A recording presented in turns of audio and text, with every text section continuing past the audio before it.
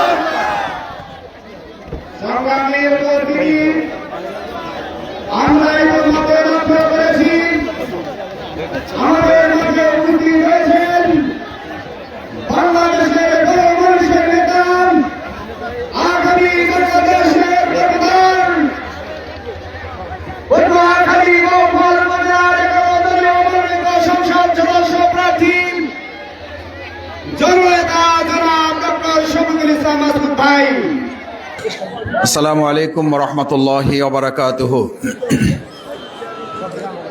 আউযু বিল্লাহি মিনাশ শাইতানির রাজীম। বিসমিল্লাহির রহমানির রহিম। আলহামদুলিল্লাহ ওয়াসসালাতু ওয়াসসালামু আলা রাসূলিল্লাহ ওয়া আলা আলিহি ওয়া সাহবিহি আজমাইন। আজকে 11 দলীয় নির্বাচনী ঐক্য বাউফল উপজেলার দাসপাড়া ইউনিয়নের খেজুরবাড়িয়া মাধ্যমিক বিদ্যালয় প্রাঙ্গণে এই ঐতিহাসিক নির্বাচনী সমাবেশের সম্মানিত সভাপতি, আমার প্রিয় ভাই সাবেক ছাত্রনেতা জনাব মোহাম্মদ মাহমুদুল্লাহ, আজকের প্রোগ্রামে উপস্থিত 11 দলীয় নির্বাচনী ঐক্যের সম্মানিত উপজেলা এবং ইউনিয়ন পর্যায়ের নেতৃবৃন্দ, আমার সামনে উপস্থিত সম্মানিত পিতৃ সমতুল্য মুরব্বিয়ান একরাম, আমার সামনে উপস্থিত সম্মানিত ওলামা একরাম, শিক্ষক, শ্রমিক, কৃষক, মজুর, ছাত্র জনতা, বিশেষ করে আমার পর্দার পাশে অবস্থান করা সম্মানিত মা এবং বোনেরা, আজকের এই প্রোগ্রামে উপস্থিত হয়েছেন ভিন্ন ধর্মাবলম্বী আমাদের হিন্দু ভাই এবং বোনেরা যারা আসছেন, তাদেরকে আন্তরিক ধন্যবাদ, কৃতজ্ঞতা, শুভেচ্ছা জানাচ্ছি। বিভিন্ন প্রোগ্রামে আপনারা উপস্থিত হয়ে আমাদেরকে কৃতজ্ঞ করেন, আমাদেরকে উৎসাহিত এবং অনুপ্রাণিত করেন। আমরাও ইনশাআল্লাহ ভবিষ্যতে অতীতের মতোই আপনাদের পাশে থেকে আপনাদের জন্য নিরাপদ বাউফল বিনির্মাণে আমরা একযোগে কাজ করে যাব ইনশাআল্লাহ। সম্মানিত ভাই এবং বন্ধুগণ, আমাদের বাউফল উপজেলার একেবারে কালাইয়া এবং বাউফল গুরুত্বপূর্ণ দুটি অঞ্চলের মাঝে দাসপাড়া অত্যন্ত তাৎপর্যপূর্ণ এবং গুরুত্বপূর্ণ একটি অঞ্চল। সেই হিসাবে দাসপাড়াকে সবসময় বঞ্চনা, অবহেলা এবং আমাদেরকে অবজ্ঞার মধ্যে রাখা হয়েছে। ভবিষ্যতে এখান থেকে দাসপাড়া ইউনিয়নকে আমরা বের করে নিয়ে আসব ইনশাআল্লাহ। যে মাঠে আজকে আমরা প্রোগ্রাম করছি, এই মাঠটি হচ্ছে খেজুরবাড়িয়া মাধ্যমিক বিদ্যালয়। আমি যতদূর জানি, আমার কাছে খবর যতটুকু খোঁজ আছে, বাউফলের প্রায় সকল ইউনিয়নে কলেজ থাকলেও, আলিম মাদ্রাসা থাকলেও, আমাদের এই দাসপাড়া ইউনিয়নে কোনো কলেজ এবং আলিম মাদ্রাসা নেই। আমি যদি আল্লাহ আমাদেরকে সুযোগ দেন, আপনারা আমাদেরকে সমর্থন দেন এবং আমাদের পাশে থাকেন, আপনাদের পবিত্র আমানত যদি আমাদের উপরে রাখেন, ইনশাআল্লাহ আমরা কথা দিচ্ছি যে খেজুরবাড়িয়া মাধ্যমিক বিদ্যালয়ের প্রাঙ্গণে আজকে আমরা কথা বলছি, এই খেজুরবাড়িয়া মাধ্যমিক প্রাঙ্গণকে আমরা কলেজ প্রাঙ্গণে পরিণত করব আমার ভাইয়েরা। একটি জাতিকে উন্নত করতে হলে, একটি এলাকাকে উন্নত করতে হলে, একটি সমাজ রাষ্ট্রকে উন্নত করতে হলে শিক্ষা ব্যবস্থার উন্নয়ন করা ছাড়া আমাদের সামনে কোনো বিকল্প নেই। যার কারণে আপনাদের মনে আছে বিগত বছরগুলোতে সকল স্তরকে ধ্বংস করার আগে সবচেয়ে বেশি ধ্বংস করা হয়েছে শিক্ষা খাতকে। আমাদের তরুণ প্রজন্মের মেরুদণ্ড ভেঙে দেওয়ার জন্য যেই শিক্ষাকে জাতির মেরুদণ্ড বলা হয়েছে, সেই শিক্ষাকে ভেঙে দিয়ে মূলত একটা মেরুদণ্ডহীন জাতি নির্মাণ করার জন্য বিগত দিনে প্রচেষ্টা চালানো হয়েছিল। আর আমরা আগামী দিনে একটা শিক্ষিত, যোগ্যতা সম্পন্ন, সততা এবং দক্ষতার জাতি তৈরি করে বাংলাদেশকে আমরা একটা উন্নত জাতি হিসাবে তৈরি করতে চাই। সেই লক্ষ্যে আমাদের এই মাধ্যমিক প্রাঙ্গণকে আমরা শুধু কলেজ প্রাঙ্গণ না, আমরা আমাদের তরুণ ছাত্র যুব সমাজকে আজকে এখানে আহ্বান জানাতে চাই, পড়াশোনা করে নিজেদেরকে প্রস্তুত করার দায়িত্ব তোমাদের। সততা, দেশপ্রেমিক, ন্যায় নিষ্ঠাবান করে তোলার দায়িত্ব তোমাদের। তোমাদের হাতে চাকরি তুলে দেওয়ার দায়িত্ব হবে আমাদের। তোমাদের চাকরি পাওয়ার জন্য দলের কর্মী হতে হবে না, তোমাদের চাকরি পাওয়ার জন্য ঘুষ বাণিজ্যে লিপ্ত হতে হবে না, তোমাদের চাকরি পাওয়ার জন্য তোমাদের লাইন দিয়ে কোথাও সুদ এবং ঘুষের সাথে তোমাদেরকে সম্পৃক্ত হতে হবে না।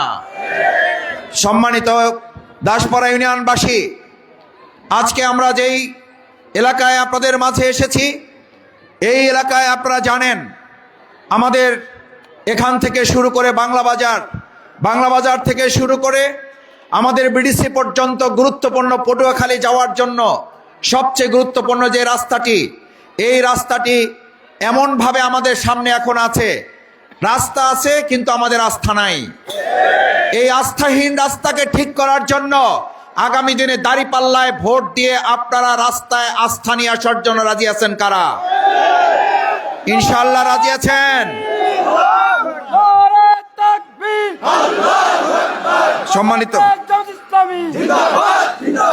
সম্মানিত ভাই এবং বোনেরা, এই রাস্তাটির পাশাপাশি আপনারা জানেন আমাদের ল্যাংড়া মসজিদ পোল এখান থেকে শুরু করে বোর্ড অফিস, ইলশা খালের কালভার্ট থেকে শুরু করে চৌরাস্তা পর্যন্ত যে রাস্তা আছে, এই রাস্তাটি পাকা করাও এখন সময়ের অনিবার্য দাবি। আমরা আপনাদেরকে পাশাপাশি এটাও কথা দিচ্ছি, এই রাস্তা করে দেওয়া এটা কি আপনাদের প্রতি কোনো অনুগ্রহ? এটা কি আপনাদের প্রতি কোনো দয়া? এটা কি আপনাদের প্রতি কোনো মায়া? এটা আমাদের অধিকার, এই অধিকার আমরা ফেরত পাবো এবং অধিকার আপনাদের হাতে আমরা ফিরিয়ে দেব। এই রাস্তা পাওয়ার জন্য আপনাদের তদবির করতে হবে না। ইনশাআল্লাহ 11 দলের প্রতীক দাঁড়িপাল্লা বিজয় হলে এই সুবিধাগুলো আপনাদের ঘরে ঘরে পৌঁছে দেওয়ার ব্যবস্থা করা হবে। আমরা শুধু কথা বলতে চাই না, আমরা কিছু কাজও করতে চাই। আমরা শুধু কাজ করতে চাই না, আমরা কিছু কাজ করে তার প্রমাণও আপনাদের সামনে রেখেছি। এই দাসপাড়ায় ঢাকায় কোনো রুগী মারা গেছে, আমাদের কাছে খবর দেওয়া হয়েছে, বিগত 15-20 বছর আমরা এই চেষ্টাটা করেছি। তার বিল হয়েছে হসপিটালে 1.5 লক্ষ টাকা, তার কাছে আছে 20,000-30,000 টাকা। আমরা হসপিটাল কর্তৃপক্ষের সাথে আলোচনা করে তার 40-50 হাজার টাকা আমরা কমানোর ব্যবস্থা করেছি। এরপরে বলল যে ভাই বাকি টাকাও তো আমার কাছে নাই। আমরা আমাদের হসপিটালের যারা বন্ধু বান্ধব আছেন, পরিচিত জনকে ফোন করেছি, বলছে যে ভাই আপনাকে তো চিনি না। আমি বললাম অসুবিধা নাই, আপনি লিখে রাখেন, আমার ফোন নাম্বারটা রাখেন, আমি এটা পরিশোধ করে দেবো, আপনি একটা নাম্বার আমাকে দেন, আমি টাকাটা পাঠিয়ে দিচ্ছি। বলছে অসুবিধা নাই, আপনাকে চিনি। এখন চিনছেন? আমি বিল যখন পরিশোধ করব তার মোবাইল নাম্বারে অথবা অ্যাকাউন্ট নাম্বারে, ইতিমধ্যে হসপিটাল কর্তৃপক্ষ যিনি মালিকানাধীন ওই বোর্ডে আছেন এসে বলছেন এটা কে ফোন করেছিল? বলেছে বাউফলের অমুক, তার রুগী, তার প্রতিবেশী, তার আত্মীয় অথবা তার পরিচিত জন, তিনি এখানে 30,000 টাকা তিনি দেবেন বলে এখানে বলেছেন। রুগী তো আমরা ছেড়ে দিচ্ছি তার কথায়। বলছে খুব ভালো করছো। এই 30,000 টাকা সে দিয়েছে? বলছে অ্যাকাউন্ট নাম্বার দিয়েছে, দিয়ে দেওয়ার কথা। বলছে তার ফোন নাম্বার আছে? বলছে আছে। ফোন করে তাকে বলো এই মানবিক কাজটি যে করেছে, এই মানবিক কাজের সাথে আমরাও সম্পৃক্ত হয়ে এই 30,000 টাকা তার দিতে হবে না, তাকে জানায় দাও। আমার সম্মানিত ভাই এবং বন্ধুগণ, অনেকে আমাদেরকে জিজ্ঞেস করেন জামাত ইসলামী শফিকুল ইসলাম মাসুদ এত টাকা কোথায় পায়? আমরা আজকে আপনাদের এখানে বলছি, এই টাকা পাওয়ার দুটো জায়গা, মানুষের ভালোবাসা আর আল্লাহর রহমত। আপনি যখন মানবতার কল্যাণের জন্য কাজ করবেন, আল্লাহ তাআলা বলেন ওমাই ইয়াত্তাকিল্লাহ ইয়াজআল লাহু মাখরাজান ওয়া ইয়ারযুকহু মিন হাইসু লা ইয়াহতাসিব।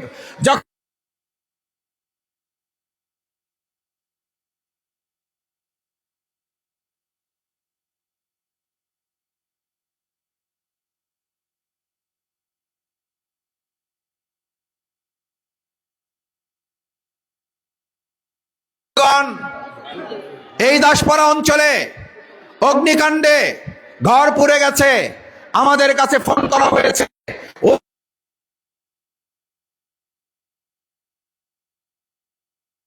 20 লক্ষ টাকা ডিএমপি ঢাকা মেট্রোপলিটন থেকে 20 লক্ষ টাকা পুরস্কার ঘোষণা করে রাখা হয়েছে। শফিকুল ইসলাম মাসুদকে গ্রেপ্তার করতে পারলে 20 লক্ষ টাকা দেওয়া হবে। আমি সেই হুলিয়া মাথায় নিয়ে, অগ্নিকাণ্ডে ঘর পুড়ে গেছে, এখানকার প্রশাসন তারাও জানতেন, সেই প্রশাসনকে আমি বলেছি আমি সেই ঘর পোড়া মানুষের কাছে যাব, আমার সামর্থ্য নিয়ে তাদের কাছে দাঁড়াবো, তাদের টিন কিনে দেব, তাদের ঘর তৈরি করে দেওয়ার সর্বোচ্চ চেষ্টা করব। ওখান থেকে যদি আপনারা চান আমাকে গ্রেপ্তার করতে পারেন, ওই গ্রেপ্তার হতে আমি মাসুদের কোনো ভয় নেই, আমার কোনো শঙ্কাও নেই, আমার কোনো অসুবিধাও নেই, আপনারা গ্রেপ্তার করতে পারেন। ওখানে এসেছি, এলাকার লোকেরা আমাকে পাহারা দিয়ে ওই ঘরপোড়া মানুষের হাতে টিন তুলে দিতে যারা আমাকে সহযোগিতা করেছে, এই দাসপাড়া থেকে আমাকে আপনারা বিচ্ছিন্ন করতে পারবেন না।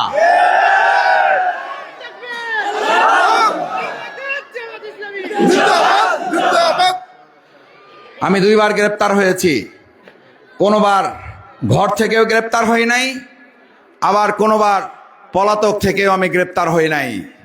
2 বারই রাজপথে প্রোগ্রামে থেকে আমাকে ঢাকায় গ্রেপ্তার করা হয়েছে। এইটাই ফলে আমি 4.5 বছর জেলখানায় থাকা ছাড়া বাকি 15 বছরের বাকি সময়, আমি বন্যা হয়েছে, যেই রাতে বন্যা হয়েছে সেই রাত সকালবেলা আমি রওনা দিয়েছি পটুয়াখালী থেকে। আমাকে জানানো হয়েছে মাসুদ ভাই আপনি কোন পথে যাবেন, ফেরি তো বন্ধ, নদীতে চলাচলের কোনো উপায় নাই, ফেরি বন্ধ হয়ে আছে। আমি বললাম আমি পটুয়াখালী হয়ে আসব, লোহালিয়া দিয়ে আসব। লোহালিয়া দিয়ে আমি আসার সিদ্ধান্ত নিয়েছি। এই অঞ্চলের অনেকেই জানেন পুরা রাস্তা গাছ পড়ে রাস্তা আটকে ছিল। আমি আমার সাথে 11 জনকে নিয়ে এসেছি ঢাকা থেকে, হাইয়েজ গাড়ি থেকে মাইক্রোতে করে 11 জন আমার সাথে এসেছে। 11 জনের 10 জন আমি ছাড়া ড্রাইভার সহ, ওই 10 জন রাস্তায় নেমে রাস্তা পরিষ্কার করতে করতে করতে করতে রাত 3টায় পরিষ্কার করা শুরু করেছি। সকালে 8টায় এসে বাড়িতে পৌঁছেছি। বাড়িতে পৌঁছেও দেখলাম আমার বাড়ির সামনে রাস্তা আটকা পড়ে আছে গাছে। সেই গাছকে ঠিক করার জন্য, রাস্তা ঠিক করার জন্য যখন কাজ শুরু করেছি, পুলিশ গিয়ে আমাকে গ্রেপ্তার করতে চেয়েছে। এলাকার লোকজন বিদ্রোহ করে সেখান থেকে তারা আমাকে উদ্ধার করেছে। যে বাউফল, সেই বাউফলকে আগামী দিনে আমরা জাতিকে উদ্ধার করব বিপদ থেকে।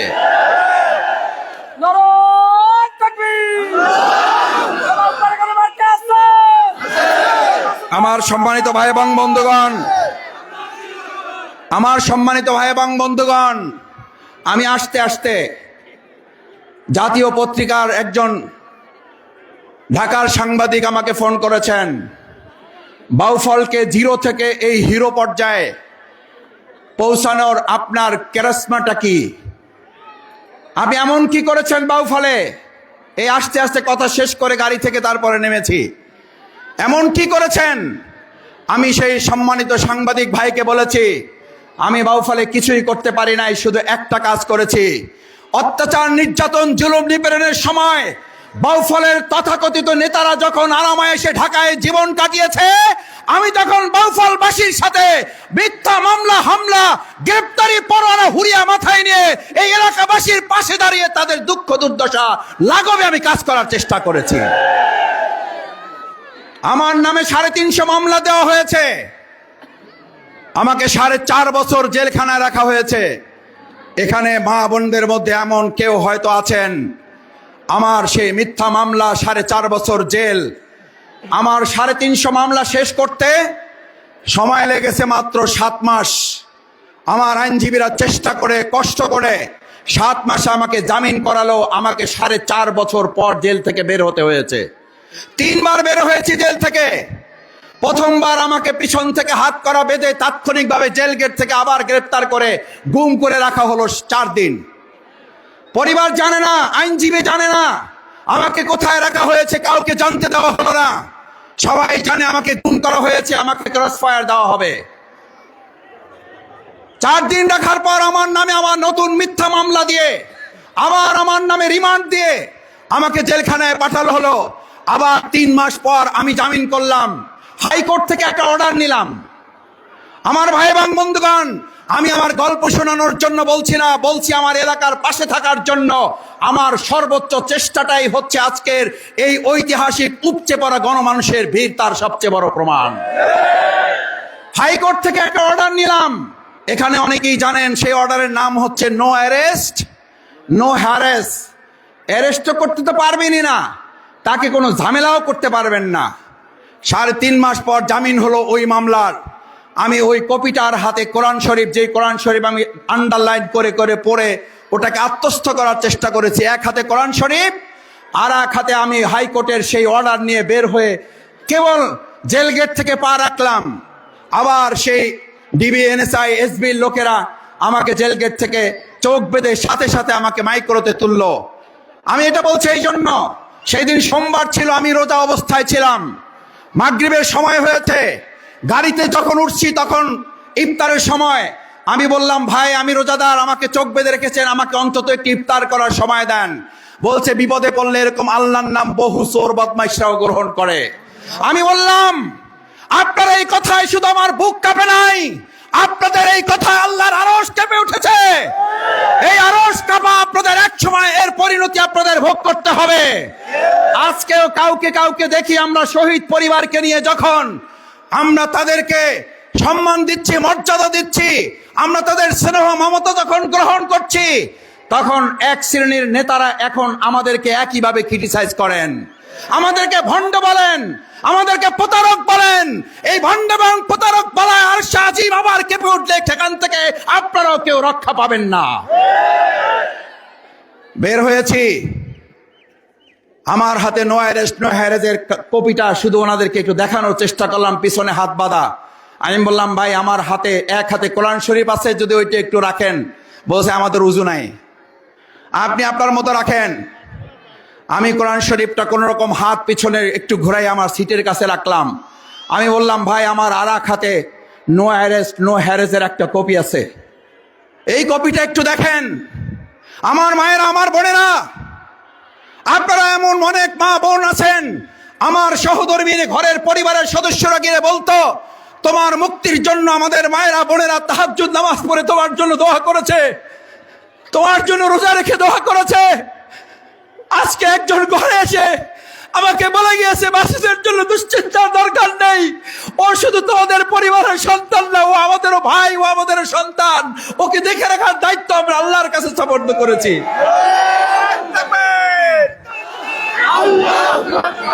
আমার ভাই এবং বোনেরা, আমি নো অ্যারেস্ট নো হ্যারেজ কপিটা থেকে দিলাম।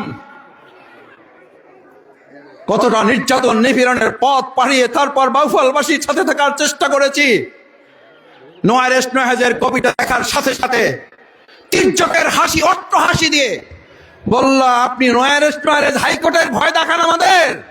আপনার হাইকোর্ট হলো এই পর্যন্ত, আমার হাত ধরে, আমার তো চোখ বাঁধা, আমার হাত ধরে দেখাইতেছে আপনার হাইকোর্টের পাওয়ার হলো এই পর্যন্ত, অর্থাৎ 1 বিঘা, আর আমাদের পাওয়ার হলো এই পর্যন্ত। ওই সমস্ত কাগজ দিয়ে আমাদের লাভ হবে না, কাগজ ভিজাই আপনি খায়েন ঘরে নিয়ে। আমি পরে আদালতকে বলেছিলাম, মাননীয় আদালত, এই দুনিয়ার আদালতই শেষ আদালত নয়, আল্লাহর আদালতেও এই দুনিয়ার মানুষের বিচার একদিন হবে। আজকেও যারা শক্তির দোহাই দিচ্ছেন, আমাদের ভাই বোনদের আবার নতুন করে অত্যাচার নির্যাতন শুরু করছেন, আমার মা বোনদেরকে রাস্তায় রাস্তায় আটকে অপমান লাঞ্ছিত করছেন, মনে রাখতে হবে দুনিয়ায় শেষ নয়, আরশে আজিমের বিচারের কাঠগড়ায় আমাদের সবাইকে দাঁড়াতে হবে। সুতরাং ভয় দেখাবেন না। আমরা ভয়কে জয় করি এ পর্যন্ত এসেছি, এবার আমরা ভয়কে ভয় দেখানোর জন্য মাঠে নেমেছি।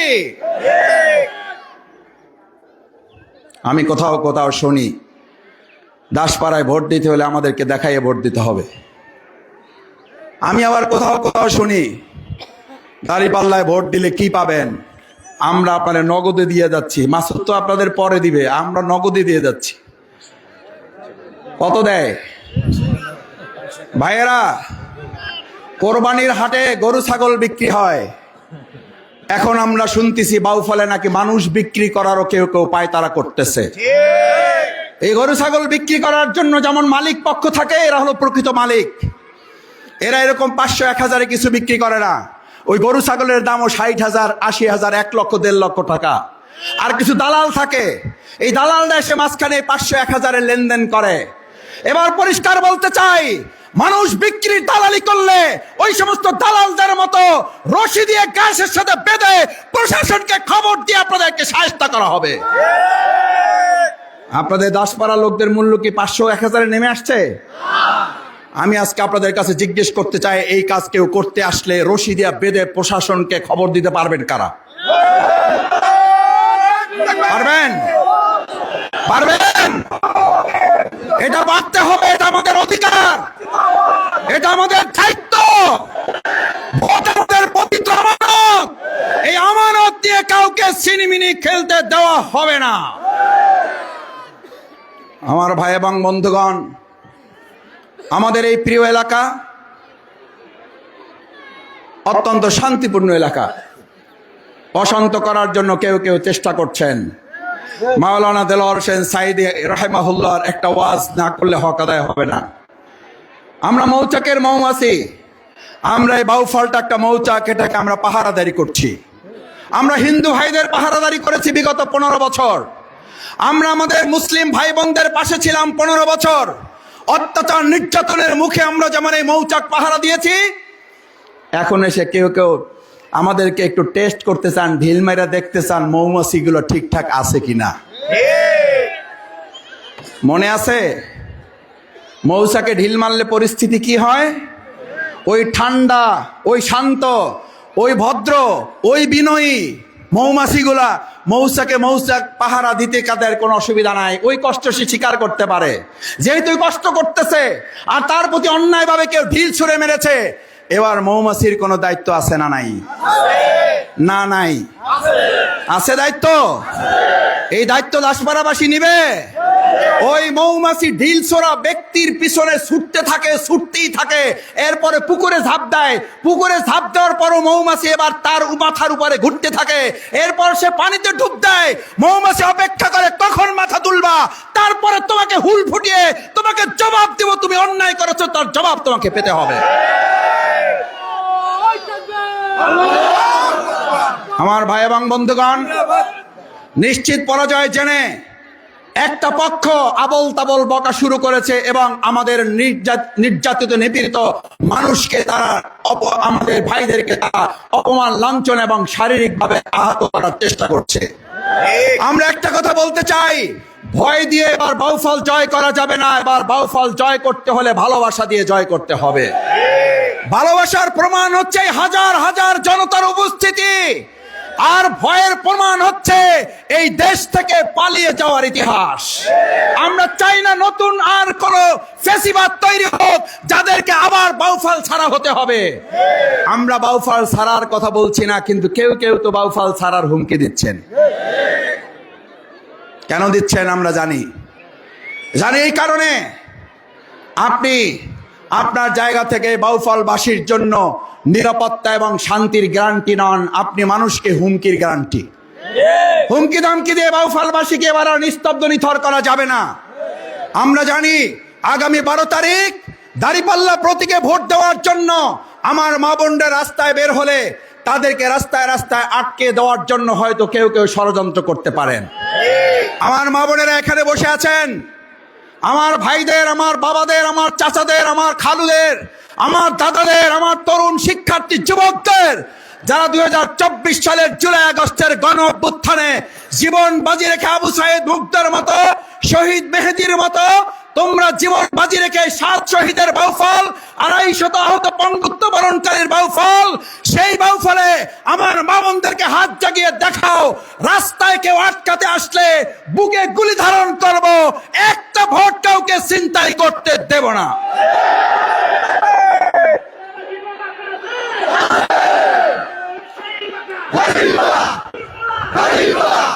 সম্মানিত ভাই এবং বন্ধুগণ, বাংলাদেশ জামাত ইসলামী এবং আমাদের 11 দলীয় নির্বাচনী ঐক্য আজকে বাউফলে একটা কথা কমন ভয়েস রেজ করেছে, দাঁড়িপাল্লা এবার আর কোনো দলের প্রতীক না। দাঁড়িপাল্লা 11 দলীয় নির্বাচনী ঐক্যেরও শুধু প্রতীক না, দাঁড়িপাল্লা হচ্ছে এবার বাউফলবাসীর নিরাপত্তা এবং নিশ্চয়তার গ্যারান্টি।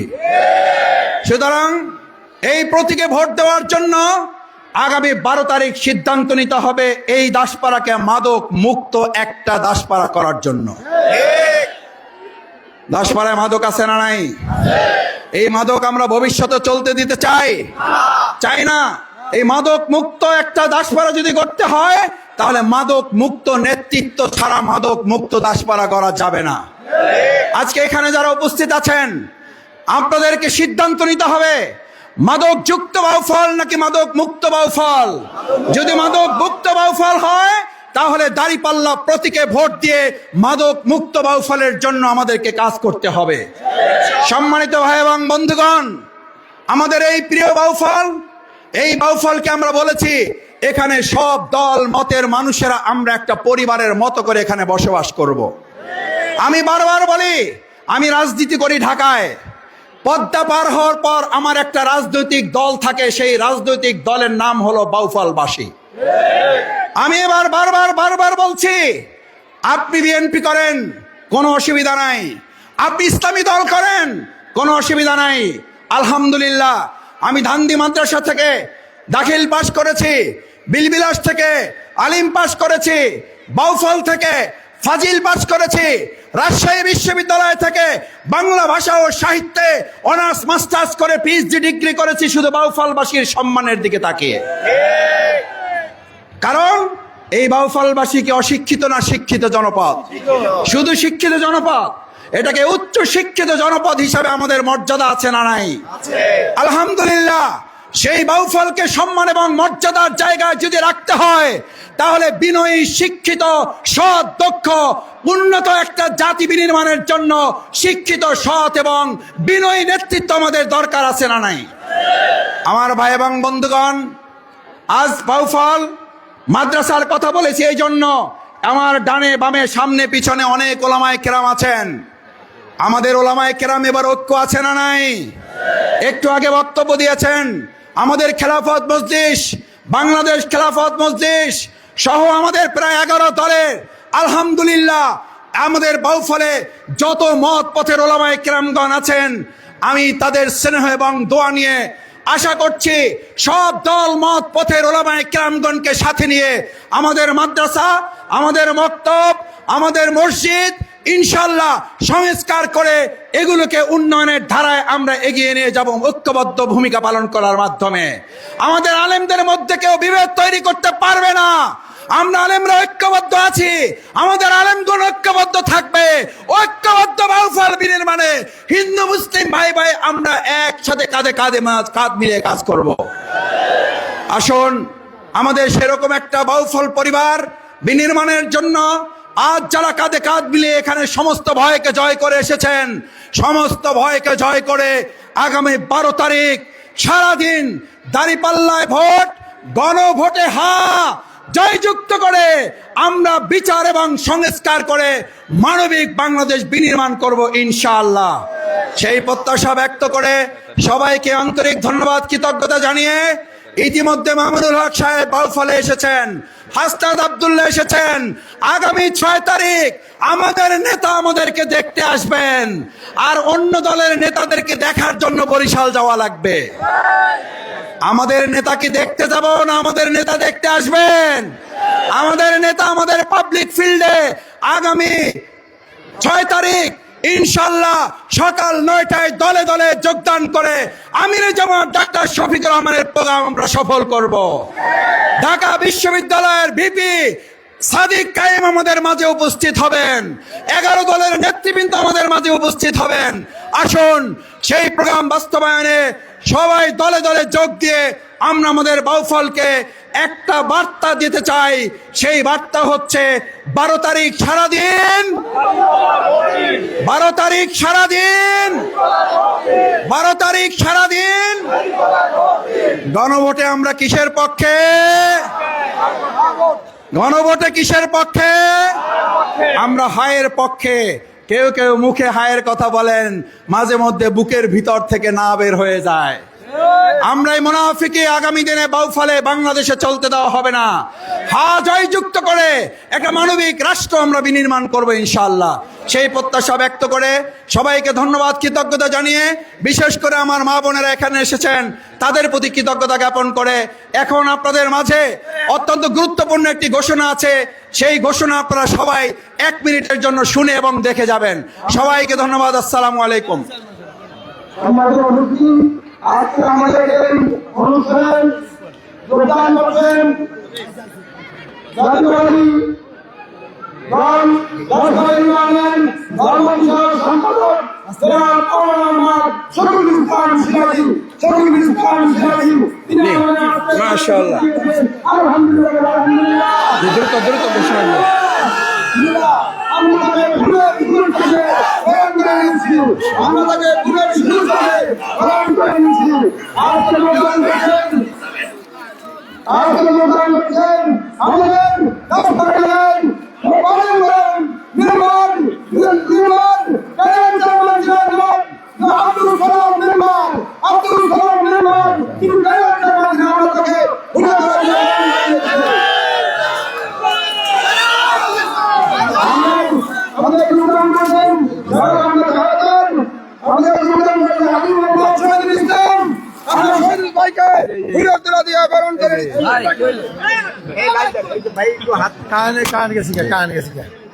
জি, নারায়ে তাকবীর, নারায়ে তাকবীর। জি, আমরা সবাইকে একটু